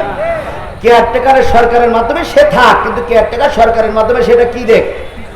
সুষ্ঠু নির্বাচন দেখ এবং সব দল অংশগ্রহণ করি, এইটা চাইছিলাম না? কিন্তু পালাই যাবে এটা আমরা চাইছি। কিন্তু আল্লাহ দেখেন রহমত করতে করতে কতদূর রহমত করে দিলেন। আল্লাহ বললেন তোমরা চাইছিলে সুষ্ঠু নির্বাচন, আর আমি চেয়েছি এর দল এবং এরা এদেশে আর রাজনীতি করতে পারবে না। এই জন্য এরা রাতের অন্ধকারে নয়, প্রকাশ্য দিবানাকে টোপলা টুপলি বেঁধে নিয়ে চলে গেছে। যখন যায় তখন বড় বোন ছোট বোনটার গলা জড়াই ধরে কাঁদতেছে, রেহানা তাড়াতাড়ি গোসারে বোন, এরা আমাদের আর মেনে নেবে না। শেখ রেহানা বলল, আপা তোরে না অনেক আগে সাবধান করেছিলাম, কয় ফতোয়া ফারাজ পরে দিস, আগে বিমানে ও। কোথায় আছো? আজকে শিক্ষা নাও। আল্লাহ কখনো অহংকারীদের সহ্য করে না। কথা বলে ঠিক না বেটি? আল্লাহ নিজেই বলেছে অহংকার আমার গায়ের চাদর, যে আমার চাদর ধরে টানাটানি করবে আজ হোক কাল হোক পৃথিবীতে তাকে লাঞ্ছিত হতেই হবে, হতেই হবে, হতেই হবে। প্রায় ওই তথ্যমন্ত্রী কি নাম না, এখন পররাষ্ট্রমন্ত্রী, না না পররাষ্ট্রমন্ত্রী এখন হাসান মাহমুদ। হাসান মাহমুদ আর এই হাসানুল হক, এই দুই বেয়াদব মঞ্চে উঠলেই জামাত ইসলাম আর বিএনপির না ধুইয়ে ওর পেটের ভাত হজম হতো না। কথা বলে ঠিক না বে ঠিক? আর কাউয়া কাদের তো উঠেই মধ্যে খেলা হবে।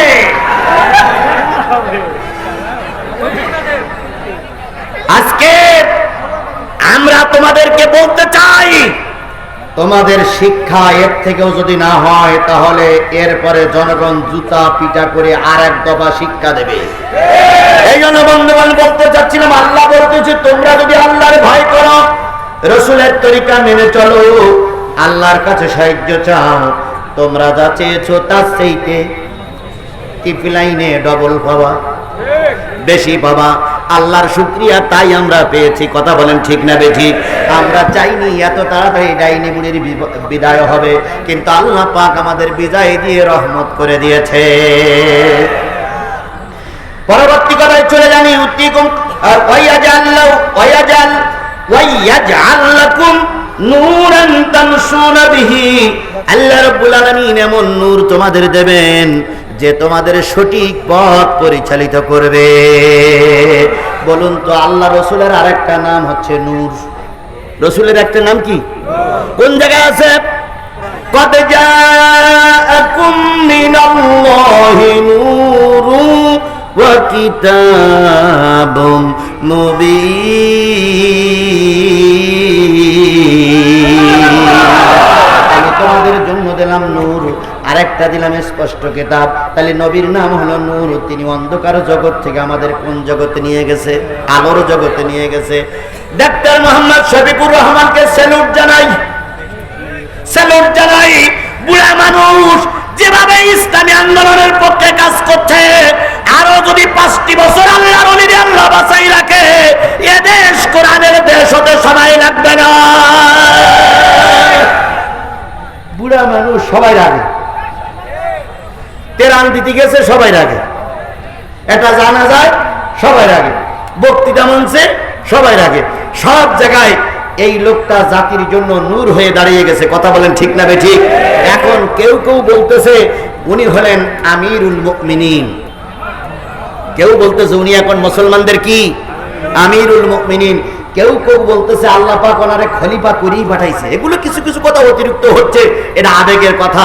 আজকে একজন মহিলা সাংবাদিক, আপনারা দেখেছেন, মিডিয়ায় দেখেছেন, আজকে একজন মহিলা সাংবাদিক তিনি এসে বলতেছে বিগত 23-24টা বছর জামাত ইসলাম সম্পর্কে আমার একটা ভুল ধারণা ছিল, সেই ভুলটা আজকে আমি সংশোধন করেছি।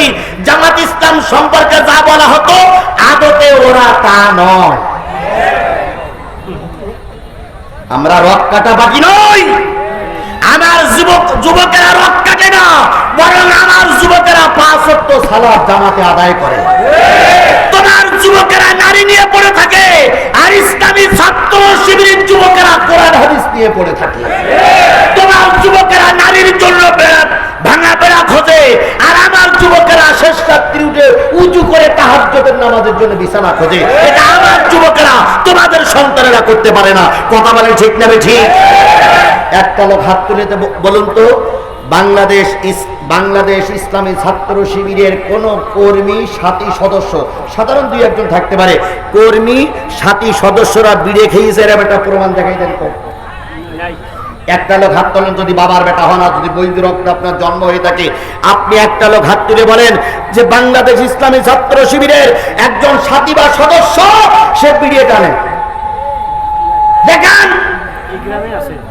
কিন্তু আমি চ্যালেঞ্জ করে বলতে পারি আমার ছেলেরা বিড়িয়ে টানে না, গাঁজা খায় না, কিন্তু অন্যান্য যত ছাত্র সংগঠন আছে, নাম বলে আমি কাউকে তো সরব করবো না, প্রতিটা ছাত্র সংগঠনের নেতা কর্মীরা বিড়িয়ে খায়, গাঁজা খায়, মেয়ে লোক নিয়ে পড়ে থাকে, অন্যায় কাজে জড়িত হয়। আমার ছেলেরা তা করে না, এটা আমরা চ্যালেঞ্জ করে বলতে পারি। কারণ আমরা মুরব্বীরা ওইভাবে আমাদের সন্তানদের লালন পালন করি না। আমাদের সন্তানদের উপদেশ দেওয়া থাকে, খবরদার বিয়াদবি করবা না। তারপরে ব্যতিক্রম 2-1 থাকে না, থাকে না? সব একরকম হয় না ভাই, হাতের 5টা আঙুল ব্যতিক্রম আছে না? সুতরাং ব্যতিক্রম কিছু থাকতে পারে, এর মানে এই নয় যে আমার ছেলেরা খারাপ হয়ে গেছে, আমার ছেলেরা ভালো। আপনি খেয়াল করবেন, যদি বাংলাদেশ ইসলামী ছাত্র শিবিরের ছেলেরা ময়দানে না থাকতো, এই ময়দান দখল করা বড় কষ্ট হয়ে যেত। বলুন তো, ছাত্র এবং জনতার ভিতরে কারা ছিল আমি বলবো না, আপনারা খুঁজে খুঁজে দেখেন, এরা ছিল সব ডান বলাকের মানুষ। সুতরাং আল্লাহ রাব্বুল আলামিন বললেন তোমাদের চলার জন্য এমন একজন নূর দেব, এমন একজন বাতি দেব, যেই বাতি তোমাদের পথ দেখাবে, যেই বাতির অধীনে তোমরা সমাজ সংস্কার করবে। আল্লাহ রাব্বুল আলামিন বাংলাদেশ জামাত ইসলামী এখন ডাক্তার মোহাম্মদ শফিকুর রহমানের জায়গায় যদি আল্লামা সাঈদী থাকতো, আল্লামা সাঈদী যদি থাকতো, আমার এই সমাজ অনেক আগেই হয়তো কোরআনের সমাজ প্রতিষ্ঠিত হয়ে যেত। এই বাংলাদেশের মানুষ না বুঝলি ভারত বুঝেছিল যে একদিন এই সরকার টিকে থাকবে না, তাই তো তারা ষড়যন্ত্র করে আল্লামা সাঈদীরে মেরে দিয়েছে। এখানে 50,000, 60,000, 1 লাখ লোক আছে, নারী আর পুরুষ দিয়ে। একটা লোক বলুন তো, আল্লামা সাঈদী কি স্বাভাবিক মৃত্যুবরণ করেছে না তার মেরে দেওয়া হয়েছে? মুসলমান, বিএনপি, আওয়ামী লীগ, জাতীয়বাদী জামাত ইসলামের লোক বুকে হাত দিয়ে বলুন তো, তিনি কি স্বাভাবিক মৃত্যুবরণ করেছেন না তার মেরে দেওয়া হয়েছে? আল্লাহর কসম, তিনি স্বাভাবিক মৃত্যুবরণ করেন নাই, তাকে ইনজেকশনের মাধ্যমে মেরে দেওয়া হয়েছে। এই সাঈদী বিরোধী 2 লোক পাওয়া গেছে, তারা চলে যাচ্ছে, সাঈদীর কথা শুনেই চলে যাচ্ছে। বন্ধুগণ, আল্লামা সাঈদী স্বাভাবিক মৃত্যুবরণ কিভাবে মেরে দেওয়া হয়েছে আমি অনেকবার বলেছি, আজকেও আপনাদের বলতেছি। তিনি যখন হাসপাতালে, তিনি যখন জেলখানায় ছিলেন, হঠাৎ করে কিছু লোক চলে গেল, যে বলতেছে হুজুর আপনাকে হাসপাতালে যেতে হবে। আল্লামা সাঈদী বললেন কেন, আমার কি হয়েছে? আপনি অসুস্থ। আল্লামা সাঈদী বলেন আমি অসুস্থ আমি জানি না, তোমরা জানলে কি করি? কথায় বলে যার বিয়ে তার খবর নাই, পাড়া পড়শির ঘুম নাই। আল্লামা সাঈদী অসুস্থ, আল্লামা সাঈদী জানে না, জানে ওই শেখ হাসিনার লালায়িত, শেখ হাসিনার পোষ্যপুত্র ওই পুলিশ বাহিনী। আল্লামা সাঈদী বলেন আমি অসুস্থ নই। ভাই হুজুর কোনো কথা নেই, আপনাকে হাসপাতালে যেতেই হবে। আল্লামা সাঈদী বললেন যদি যেতেই হয়, আমার প্রাইভেট ডাক্তার আছে, সে আমাদের সঙ্গে থাকবে। কয় না। আমার সন্তান আমাদের সঙ্গে থাকবে। কয় তাও না। কাউকে তিনি জায়গা দিলেন না। হাসপাতালে নিয়ে যাওয়া হলো। বন্ধুগণ ভালো করে খেয়াল করেন, তিনি যখন অ্যাম্বুলেন্স থেকে নামলেন, সেই তথাকথিত একরকম উঁচু টুপি, লাল দাড়ি, লাল গোবের ভিতর দিয়ে তিনি যখন মিসকে হাসিটা দিয়ে জাতিরে সালাম দিলেন, মনে হয়েছিল আল্লাহর জান্নাতে কোনো মানুষ গাড়ির থেকে নেমে সালাম দিচ্ছে। এখনো সেই ছবিটা অনেকেরই মোবাইলে ধারণ করা আছে। আল্লামা সাঈদীর অবস্থা দেখে কি মনে হয়েছিল তিনি অসুস্থ? জোরে বলেন, মনে হয়েছিল তিনি অসুস্থ? না না, তিনি অসুস্থ ছিলেন না। তারপরে তাকে হাসপাতালে নিয়ে যাওয়া হলো। এরপরে তার চিকিৎসা চলছিল, ঘুমের ওষুধ খাওয়াই তাকে ঘুম পড়াই রাখা হলো। কিছুক্ষণ পরে 2-3জন ডাক্তার আসলেন। বাইরে একজন ডাক্তারের কাছে ছোট্ট একটা শিশি, আর তার কাছে ছিল একটা চ্যালেঞ্জ। ওই নিয়ে এসে আল্লামা সাঈদীর মাথার কাছে দাঁড়িয়ে সবাইকে বের করে দিল, আপনারা চলে যান। সবাই চলে গেল। একজন নার্স দরজার আড়ালে দেখে দাঁড়াই দেখতেছিলেন আল্লামা সাঈদীর সঙ্গে কি আচরণ করা হয়। ওই বোতলটার ভিতর থেকে ইনজেকশনে ওষুধ দেওয়া হলো। আল্লামা সাঈদীর জামাটা উঁচু করে নাভিতে যখন ইনজেকশন পুশ করা হয়, ওই নার্স বলেছেন, আমি মাথা উঁচু করে দেখলাম আল্লামা সাঈদী একবার মাথা উঁচু করলেন, মাথা উঁচু করে আল্লাহু আকবার বলে একটা শব্দ করলেন। ওই শব্দের পরে আর কোনো শব্দ আল্লামা সাঈদী করতে পারেন নাই। তাতে করে বুঝলাম আল্লামা সাঈদী স্বাভাবিক হার্ট স্ট্রোকে মারা যায় নাই, তাকে অবশ্যই পুশ করে মেরে দেওয়া হয়েছে। সুতরাং আজকে যদি বলেন যারা সাঈদীকে মেরে দিল তাদেরকে মাফ করে দিলাম, না না না, এটা হতে পারে না। আল্লামা সাঈদীর যারা মেরেছে তাদের বিচার জনগণ দেখতে চায়। এদের ক্ষমা করলে জাতি খেপে যাবে। মাপ নাই, মাপ নাই, মুস্তাফা জামানের মাপ নাই, মাপ নাই, মাপ নাই, মাপ নাই, মাপ নাই, মাপ নাই। আমার ভাইরা, আপনারা কষ্ট পাচ্ছেন? এখন আর একটা আয়াত আছে, আর একটা আয়াতের কথা শেষ করতে 15 মিনিট সময় লাগবে। দেবেন আপনারা? দেবেন আপনারা? কারা কারা রাজি আছেন? আবার একটু হাত তুলে আল্লাহরে দেখান তো। আল্লামা সাঈদী তুমি মরুনি, শহীদ হয়েছ তুমি এটাই জানি। আল্লামা সাঈদী তুমি মরুনি, শহীদ হয়েছ তুমি এটাই জানি। কারাগারে কাটালে 13টি বছর, বাতিল খেপেছে তোমার দিকে থর থর। তুমি যে ছিলে মোদের নয়নের মনি, শহীদ হয়েছ তুমি এটাই জানি, শহীদ হয়েছ তুমি এটাই জানি। আল্লামা সাঈদী তুমি মরুনি, আল্লামা সাঈদী তুমি মরুনি, শহীদ হয়েছ তুমি এটাই জানি।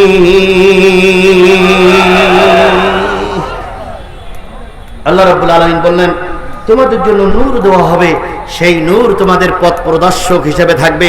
আজকে আমাদের জন্য নবী নাই, আমাদের সমাজের নবী নাই, আমাদের সমাজের নূর হিসেবে ছিল আলেমেরা। অনেক আলেমের আমি গৌরব করেছে, আজকে আমাদের সমাজের নূর হিসেবে মাথা উঁচু করেছে বাংলাদেশ জামাত ইসলামের সুযোগ্য আমির ডাক্তার মোহাম্মদ শফিকুর রহমান। তিনি জাতির এখন পথ দেখাচ্ছে। কথা বলেন ঠিক না বেঠিক? কেউ ভোট নিয়ে ব্যস্ত, কেউ দল নিয়ে ব্যস্ত, কেউ পরের জায়গা দখল নিয়ে ব্যস্ত, কেউ পাল্টা মামলা দেওয়ার জন্য ব্যস্ত, আর ডাক্তার মোহাম্মদ শফিকুর রহমান ব্যস্ত জনগণের উপকারের জন্য। কথা বলেন ঠিক না বেঠিক?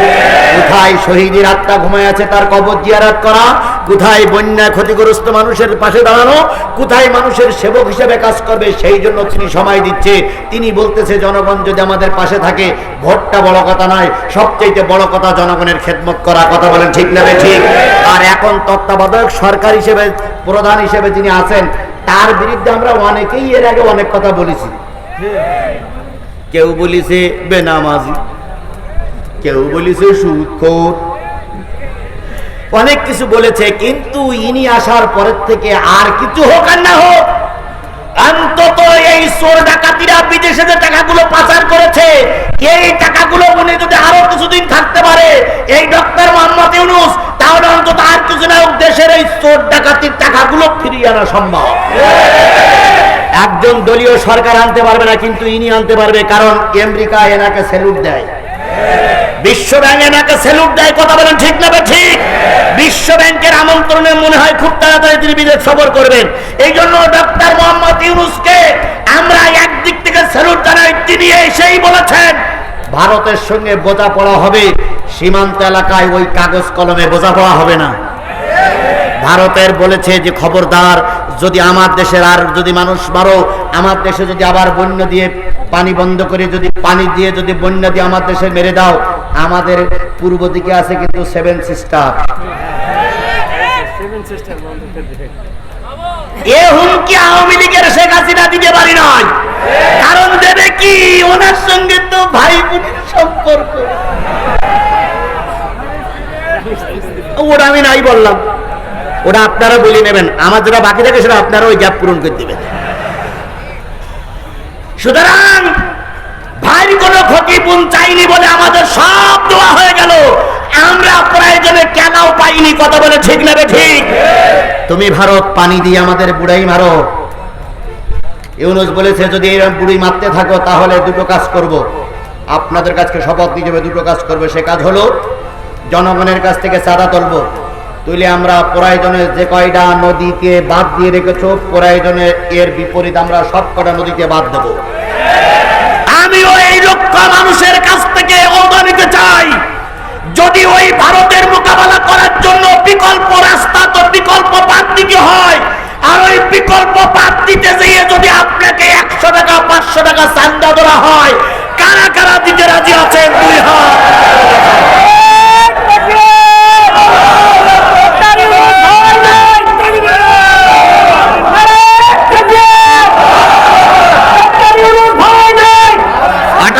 মানুষ আছে তোমার সহায়। কথা বলেন ঠিক না ঠিক? সুতরাং ভারতের গোয়েন্দা বিভাগের লোক যদি আমাদের এখানে থাকেন, আজকের এই লক্ষাধিক মানুষ আমরা প্রয়োজনে এক কাপড়ে 3 মাস কাটাবো, প্রয়োজনে একদিন বাজার করে 7 দিন খাবো, তবুও ভারতের বিকল্প বাদ তৈরি করার জন্য আমরা না খেয়ে থাকলেও প্রস্তুত আছি। কিসের ভয় দেখাও তুমি আমাদের? ওপাশে আছে পাকিস্তান। কিসের ভয় দেখাও? ওপাশে আছে আফগানিস্তান। কিসের ভয় দেখাও? ওই পাশে আছে কাশ্মীর। কিসের ভয় দেখাও? আছে এপাশে আছে বাংলাদেশ। যদি সব মুসলমানগুলো এক বাক্যে নারায়ে তাকবীর স্লোগান দিয়ে রাস্তায় নামে, ভারতের মোদি তুমি ধুতির গিরে দেওয়ার সময় বাবা না, মোদির বাচ্চা মোদি।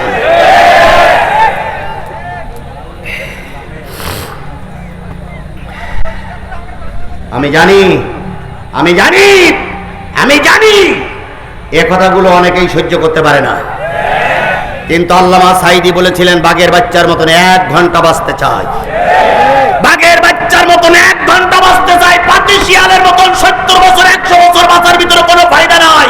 বাঘের বাচ্চার মতন 1 ঘন্টা বাঁচতে চাই। আল্লামা সাঈদী নাই, কিন্তু সাঈদীর কথাগুলো এখনো রেকর্ড বাঁচতেছে বাঁচতেছে বাঁচতেছে। আমরাও বাঘের বাচ্চার মতন বাঁচতে চাই। কথা বলেন ঠিক না ঠিক? ভারত তুমি আমাদের কি করবা? মাঝে মাঝে একটু পানি ছাড়বা। আমার দেশ গরিব না? আমার দেশকে এই আওয়ামী লীগ সরকার গরিব করেই রেখেছিল। 11,000 কোটি টাকা না কত হাজার কোটি টাকা বিদেশে পাচার হয়েছে। এই বিদেশের পাচারকৃত টাকাগুলো যদি আমাদের দেশে ফিরিয়ে আনা যায়, 2 বছর আমাদের দেশে ওই যে জাতীয় সংসদে দেশের উন্নয়নের যদি বাজেট করা হয়, 2 বছর কোনো বাজেট করা লাগবে না, ওই টাকায় 2 বছর চলবে। কি খাওয়া খেয়েছে কুমিরের বাচ্চারা। দরবেশ বাবা নাম কি জানো? হ্যাঁ, ওরে বাবারে, দেখলি মনে হইতো ফেরেশতা জিবরাইল আর 2 জন ভাইরা ভাই। কি সুন্দর দাড়ি, কি সুন্দর টুপি, কি সুন্দর পাঞ্জাবি। লোক নাম দেখেছিল কি বাবা?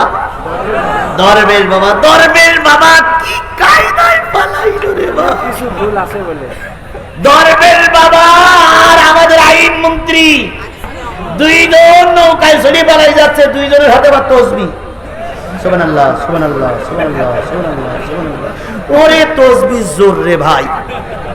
এখন দরবেশ বাবা তো টুপিও পাল্টাইছে, একটা গেঞ্জি গায়ে দিয়েছে, আর একটা আমানত শাহ লুঙ্গি পরিছে। আমানত শাহ লুঙ্গি। আর আইন মন্ত্রী উনি একটা তসবিহ নিয়ে সুবহানাল্লাহ সুবহানাল্লাহ সুবহানাল্লাহ সুবহানাল্লাহ পড়তেছে, ছোট ডিঙিতে চড়ে যাচ্ছে। এখন সাধারণ লোক বলতেছে ভাই এই 2 জন লোকের এই সামনের লোকটা চেনা চেনা মনে হয়। একজন বলছে হ্যাঁ টিভিতে দেখেছি, এই লোকের টিভিতে দেখেছি। ও লোক তখন আরো সুবহানাল্লাহ জোরে, সুবহানাল্লাহ সুবহানাল্লাহ সুবহানাল্লাহ। ফান্দে পড়িয়া বগা কান্দে রে, ওরে ফান্দে পড়িয়া বগা কান্দে রে, বগার এখন চৈত্র মাস। কি বলেন বলেন বলেন, বগার এখন চৈত্র মাস, মনে বড় হাহুতাস, ওরে ফান্দে পড়িয়া বগা কান্দে রে। এখন তসবিহ ধরেছ কেন? আইনমন্ত্রী বলেছিল জামাত ইসলামের নাম শুনলে আমার ঘেন্না লাগে। আল্লামা সাঈদীর নাম মুখে উচ্চারণ করতে ওনার ঘৃণা লাগে। এখন সুবহানাল্লাহ সুবহানাল্লাহ সুবহানাল্লাহ সুবহানাল্লাহ, বিপদে পড়ে সুবহানাল্লাহ বিপদ উদ্ধার হয়ে গেলি পর তাসবিহ ফেলাই দিয়ে ইসলামী আন্দোলনের নেতা কর্মীদের উপর আক্রমণ করেছে। কথা বলে ঠিক না বেঠিক?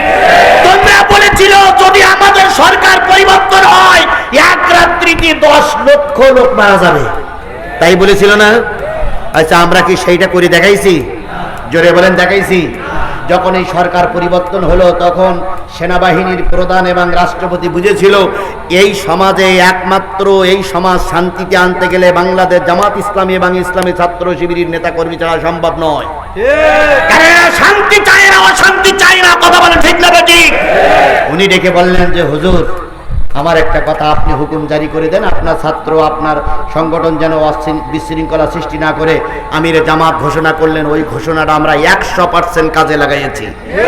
কোন হিন্দু ভাই থাকলে আমরা চ্যালেঞ্জ করে কোরআন শরীফ শপথ করে বলতেছি আপনাদের মন্দির আমরা পাহারা দিয়েছি, আপনাদের বড় বাড়িঘর আমরা পাহারা দিয়েছি, আপনাদের সতীত্বের হেফাজত আমরা করেছি, যা অন্য কেউ করতে পারেনি।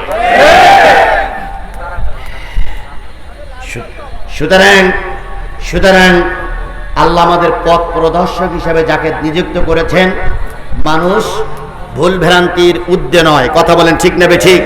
সংশোধন করে আমরা তার নেতৃত্বে দেশে যেন প্রাণের রাজ কায়েম করতে পারি, আল্লাহ তৌফিক দান করুন।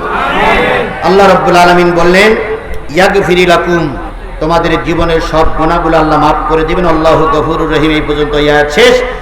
লিআল্লা ইয়ালামু ইয়ালামা আহলুল কিতাব আল্লাহ ইয়াকদিরুনা আলা শাইইন মিন ফাদলিল্লাহ ওয়া আন্না ফাদলা বিয়াদিল্লাহ ইউতিহি মান ইয়াশা। আল্লাহ রাব্বুল আলামিন বলতেছে যারা কাফের মুশরিক, যারা বেঈমান, যারা ইহুদি, তারা মনে করে আমাদের ক্ষমতাই বড়। তাই মনে করে না? আওয়ামী লীগ সরকার মনে করেছিল আমরাই সবচেয়ে বড়, আমরা কয় বছর থাকবো? না 40 বছর না। তাদের টার্গেট ছিল শেখ হাসিনা মৃত্যুর আগ পর্যন্ত ক্ষমতা ছেড়ে দেবে না। এই যে কয়েকজন লোক উঠলেন, আপনারা কি ইসলামের শত্রু না বন্ধু? আমি এখন আয়াত শেষ করিনি, এখনো মূল কথা এখনো আসিনি, এখনো অনেক কথা বাকি। আপনারা চলে যাচ্ছেন, আপনারা আসলে আওয়ামী লীগের লোক, আপনারা আসলে শেখ হাসিনার লোক। তা না হলে আমি কথা বলছি, আপনি চলে যাচ্ছেন হটিদিস। আমার মনোরথের আগে যদি কেউ চলে যায় বুঝতে হবে সে কোরআন বিরোধী। আমরা কেউ আর বাবার কথা বলেছি? আমি আজিজুল ইসলাম, আমার নামে 20টা মামলা আমি চুরি করে মামলায় ঢুকিনি।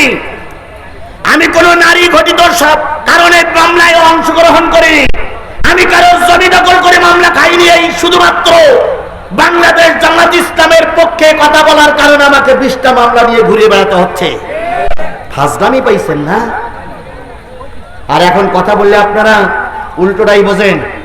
আল্লাহ পাক আপনার হয় সহি বুঝ দান করুক, নতুবা আপনার কবল থেকে দেশটার আল্লাহ হেফাজত করুক। আপনাদের মতন কিছু দুসারানি লোক আমাদের দলে না থাকলেও দল ঠিকই চলবে। কথা বলেন ঠিক না বেঠিক? কিছু মুনাফিক এই যে ইসলামী আন্দোলনের বিরোধী শব্দ চলে গেলে ইসলামী আন্দোলনের কোনো ক্ষতি হয়নি, হবে না, হওয়া সম্ভব নয়। আল্লাহ বলেছে কিছু লোক চলে গেলে আবার নতুন করে কিছু লোক তৈরি হবে। কথা বলেন ঠিক না বেঠিক? আসুন আমরা দ্বিতীয় আয়াত শেষ করি। আল্লাহ বলতেছেন ইহুদি খ্রিস্টানরা মনে করে আমাদের এই ক্ষমতাই বড়। আল্লাহ বললেন শোনো, তাদের ক্ষমতা যত বড় হোক আমার রহমতের কাছে তারা কোনোদিন ধোপে টেকবে না। তাদের ক্ষমতা অনেক বড়, তারা সরকার অনেক শক্তিশালী, কিন্তু আমার রহমত যখন নাজিল হবে তাদের কোনো ক্ষমতা টিকবে না। বলুন তো, নমরুদের ক্ষমতা বেশি ছিল না কম ছিল? আরো জোরে বলেন, কম ছিল না বেশি ছিল? ফিরআউনের ক্ষমতা কম ছিল না বেশি ছিল? ফিরআউন বলেছিল আমি আল্লাহ, নমরুদ বলেছিল আমি আল্লাহ। আল্লাহ বলেছিলেন তোমরা ক্ষমতার দাপট দেখালে আমি সাধারণ লোক দিয়ে তোমাদের মারবো না, আমি তোমাকে মারবো একটা মশা দিয়ে। আওয়ামী লীগ সরকার বলেছিল চিরকাল ক্ষমতায় থাকবে, বিএনপি জামাত আমারে নামাইতে পারবে না। আল্লাহ বলল বিএনপি জামাতের লাগবে না, আমি সাধারণত ছোট ছোট শিশু এবং কিশোর দিয়ে তোমারে হত্যা করব। হয়েছেও তাই। কি হয়েছে তাই না? বলুন তো, আন্দোলনের সময় বর্তমান বাংলাদেশ জামাত ইসলামের সেক্রেটারি জেনারেল আমাদের খুলনার গোলাম পরোয়ার ভাই এই আন্দোলনের সময় উনি কি সামনে ছিলেন? ছিলেন না। আচ্ছা বলুন তো, ফখরুল ভাই উনি কি এই আন্দোলনের সময় সামনে ছিলেন? ছিল না। খালেদা জিয়া সামনে ছিল? আমিরে জামাত সামনে ছিল? কেউ ছিল না। আল্লাহ বলল বড় শক্তির দরকার নাই, আমি যদি কারোর হটাতে চাই এই ছোট শক্তি দিয়েই হটাই, ছোট শক্তি দিয়েই হটাই। নমরুদের শিক্ষা নাও। নমরুদ বাহাদুরি করলো, আমার সামনে কেউ দাঁড়াইতে পারবে না। আল্লাহ বললেন নমরুদ রে, অনেক অহংকার করেছো, তোরে ভালো মশা দিয়ে মারবো না, খোড়া মশা দিয়েই মারবো। আল্লাহ পাক খোড়া মশা দিয়ে মেরে দিলেন। কথা বলেন ঠিক না বেঠিক? আবাবিল আর কি বলে আবরা বাদশা, আল্লাহ নবীর জন্মের 50 দিন আগে আবরা বাদশা কি ধ্বংস করতে চেয়েছিল? কাবা ঘর ধ্বংস করতে চেয়েছিল। কাবা ঘর ধ্বংস যখন করতে যায়, কাবা ঘরের যারা তত্ত্বাবধায়ক ছিল, যারা সরকার ছিল, তার সরকারের প্রধান ছিল আব্দুল মুত্তালিব। আব্দুল মুত্তালিবের কাছে যেই বলে কাবা ঘর ধ্বংস করব, আব্দুল মুত্তালিব কান্নাকাটি শুরু করলে, ভাই কাবা ঘর ধ্বংস করো না, দেখবেন নরম দিলে এরা আরো পেয়ে বসে। যেই বক্তা মঞ্চে নরম হয়েছে, অতীতে সেই বক্তা বেশি মার খেয়েছে, কিন্তু আমি গরম ছিলাম, আমার ধারে কাছে আসতে পারত না। মাইক কাড়া ঘটনা জানেন আপনারা? আমার কাছ থেকে মাইক কেড়ে নিতে চেয়েছিলেন আওয়ামী লীগের লিডার, ওই কক্সবাজারে। পেরেছিল? দেইনি, মাইক দেইনি। শেষ পর্যন্ত জুতো খেয়ে নামতে হলো। এরপরে আমার মঞ্চে গুলি হয়েছে। আল্লাহর কসম, আমি পিস্তলের গুলি করতে কখনো দেখিনি, সেদিন দেখেছি আমার কানের গোড়া দিয়ে গুলি চলে গেছে। পুলিশ, র্যাব, আওয়ামী লীগ, ছাত্রলীগ, যুবলীগ সব এসে মঞ্চে আক্রমণ করেছে, মঞ্চের তাজ ছিঁড়ে দিয়েছে, কোরআন শরীফ ফেলাই দিয়েছে। আমি মঞ্চের থেকে বাঘের বাচ্চার মতন চলে গেছি, বাতিলের কাছে মাথা নত করিনি। আজকেও যদি কেউ ময়দানের ঠিক মতন কথা বলো, ময়দানে থাকো, বাতিলেরা পালাইতে বাধ্য হবে। তারা জ্বলন্ত প্রমাণ শেখ হাসিনা। কথা বলেন ঠিক না বেঠিক? এরা বিরায় গর্ব করে বলতো আমরা পালাই না। এখন আপনারা গেলেন কই? কারণ আপনারা বিরাট ক্ষমতায় ছিলেন, কিন্তু এখন আর ক্ষমতায় নেই, আপনারা পালাইছেন। মাগো মা হাসিনা দোহাই লাগিয়ার জ্বালাসিনা, জ্বালাই জ্বালাই জইলা গেল আমাদের জীবনটা, তুই তোমাগই সুখেই ছিলে পাইয়া দেশের ক্ষমতা। তোর মোটেও মানাই রে শরম, আগে তা তো জানতাম না, জ্বালাই পোড়াই জনগণে। সেরা তারাও পালাই চলে গেছে। কথা বলেন ঠিক না ঠিক? আবাবিল পাকের কথা স্মরণ করুন। আল্লাহ পাক সূরা ফিল নাজিল করলেন।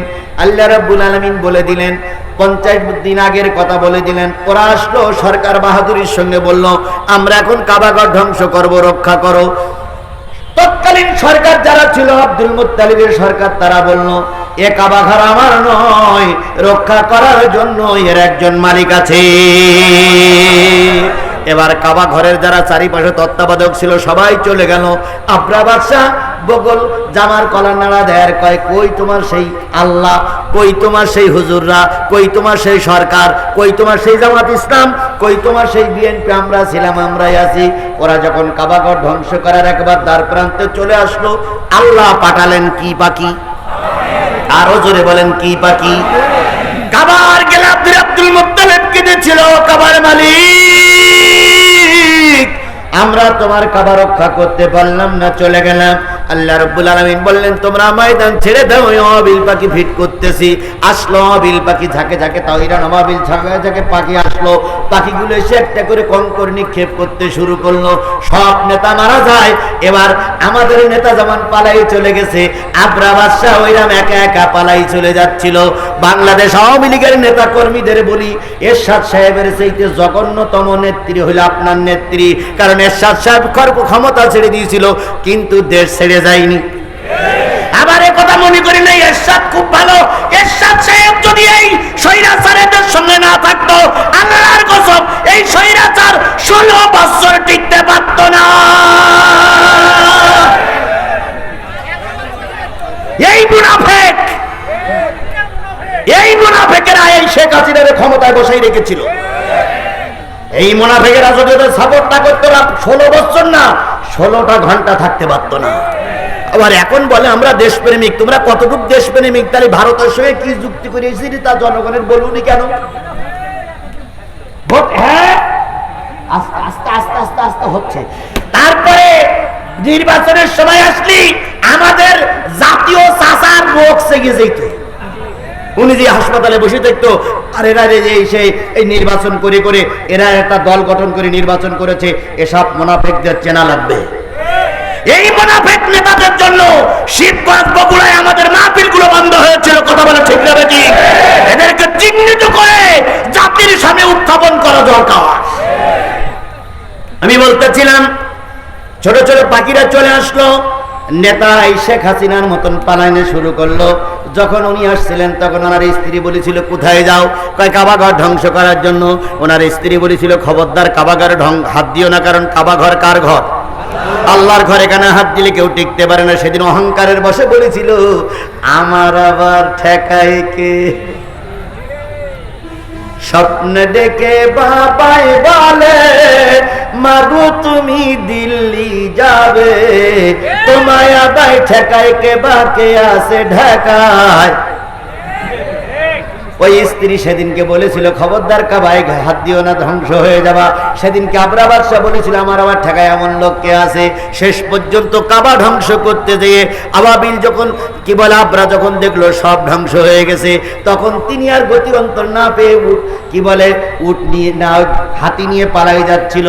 আর একটা ছোট্ট আবাবিল পাখি ওই ইব্রাহিম আলাইহিস সালামের আগুন নিমাতে যেই পানি দিতে যেয়ে তার ডানা পুড়ে গেছে, পা পুড়ে গেছে। ওই পাখিটা আসতে দেরি করেছে। ও তাকাই থাকে, দেখে ময়দান পরিষ্কার, একটা মাত্র লোক হাতিটি ছড়িয়ে পালাই যাচ্ছে। সামনে যেয়ে বলতেছে দাঁড়ান দাঁড়ান দাঁড়ান দাঁড়ান। আবরা বাদশা বলল আয় রে তুই কোন জায়গায় ছিলি? বলল আমি এই দলের সর্দার। আবরা বাদশা তখন বলল সব চলে গেল, আর তুই যে কোথায় ছিলি? শেষ পর্যন্ত ওই ছোট পাখিটার দ্বারা এই আবরা বাদশা ধ্বংস হয়ে গেল, কাবা উন্মুক্ত হয়ে গেল। বলুন সুবহানাল্লাহ। আজ এই তৈরান আবাবিলের মতন ছোট্ট ছোট্ট পাখি সদৃশ্য সন্তানগুলো রাস্তায় নামলো। ওদের আক্রমণে দেশ স্বাধীন হয়েছে। আর আবরা বাদশার উত্তরসূরি আবরা বাদশার ছোট বোন পালাইতে বাধ্য হয়েছে। চলে যান আর একটু সংবাদে। আর একটা কথা বলে বিদায় নেবো, সেটা হলো আর একটা কথা 4 মিনিটের ভিতরে বিদায় নেওয়ার জন্য চেষ্টা করছি। আর একটা কথা বলি, সেটা হলো বলুন তো সিলেটের একজন বাদশা ছিল, নাম ছিল কি? গৌর গোবিন্দ। গৌর গোবিন্দর বিরাট ক্ষমতা ছিল। গৌর গোবিন্দর মোকাবেলা করার জন্য একজন হুজুর এসেছিল, নাম কি? আরো জোরে বলেন নাম কি? শাহজালাল। তিনি যখন এসেছিলেন তখন গৌর গোবিন্দ সংবাদ পেল শাহজালাল আসতেছে। গৌর গোবিন্দ রাস্তাঘাট বন্ধ করে দিল, হরতাল নিজেই ডেকে দিল। এরপরে শাহজালাল আসলেন। শাহজালাল এসে যখন গৌর গোবিন্দের বিরুদ্ধে অ্যাকশনে নামলেন, শাহজালাল পালিয়ে এই শেখ হাসিনার মতন গৌর গোবিন্দ পালিয়ে যেতে বাধ্য হয়েছিল। কথা বলেন ঠিক না বেঠিক? সুতরাং অতীতে জালেমেরা ছিল, এখনো এই অতীতে জালেমেরা ছিল, এখনো কিয়ামত পর্যন্ত এই জালেমেরা থাকবে। আবার শাহজালালের উত্তরসূরিরাও থাকবে।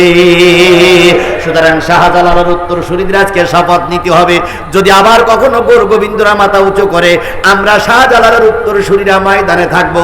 কারা কারা ময়দানে থাকতে রাজি আছেন? 2 হাত উঁচু করে দেখান। তাকবীর! নারায়ে তাকবীর! আল্লাহ আমাদের এই হাতগুলো কোরআনের জন্য কবুল করুক, সকলে বলেন আমিন। আরো জোরে আমিন, আরো জোরে। হাত নামান। লিল্লাহি তাকবীর! হায় হায় রয় রয়! আমার ভাইরা, হায় হায় রয় রয়! আর দরকার নেই, আর দরকার নেই, শুধু এতটুকু বলি, এতটুকু বলি, এখনো কিন্তু ময়দান আমাদের কবলে আসেনি। এখনো ময়দান বাতিলেরা দখল করার জন্য চেষ্টা করছে, কথা বলেন ঠিক না বেঠিক? এখন আমাদের ফতোয়া ভারাজ দেওয়ার সময় না, আমাদের এখন ঐক্যবদ্ধ হওয়ার সময়।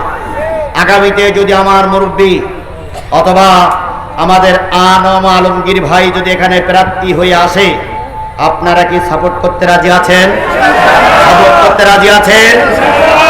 নেতৃবৃন্দ ঠিক করবেন কারা আসবে, কিন্তু আমাদের কোনো প্রার্থী আসলে কিংবা জোটের পক্ষ থেকে যে প্রার্থী আসে আমরা তাদের পক্ষে থাকবো ইনশাআল্লাহ।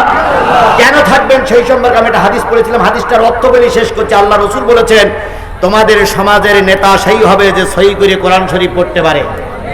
সামনে নির্বাচন, 4 জন প্রার্থীর ভিতরে যদি আমার ভাই শাহাদাতুজ্জামান ভাই তিনি যদি সহি করে কোরআন শরীফ পড়তে পারে, হাদিসের ভাষায় তিনি নেতা। সাহাবীরা বললেন যদি সবাই সহি করে কোরআন শরীফ পড়তে পারে, হুজুর বললেন হাদিসের জ্ঞান যার বেশি তিনি হবেন নেতা। যদি সেটাও জানে, হুজুর বললেন যার মামলা বেশি, যে বেশি ক্ষতিগ্রস্ত তাকে নেতা বানাবে। সেটাও যদি হয় সমান, হুজুর বললেন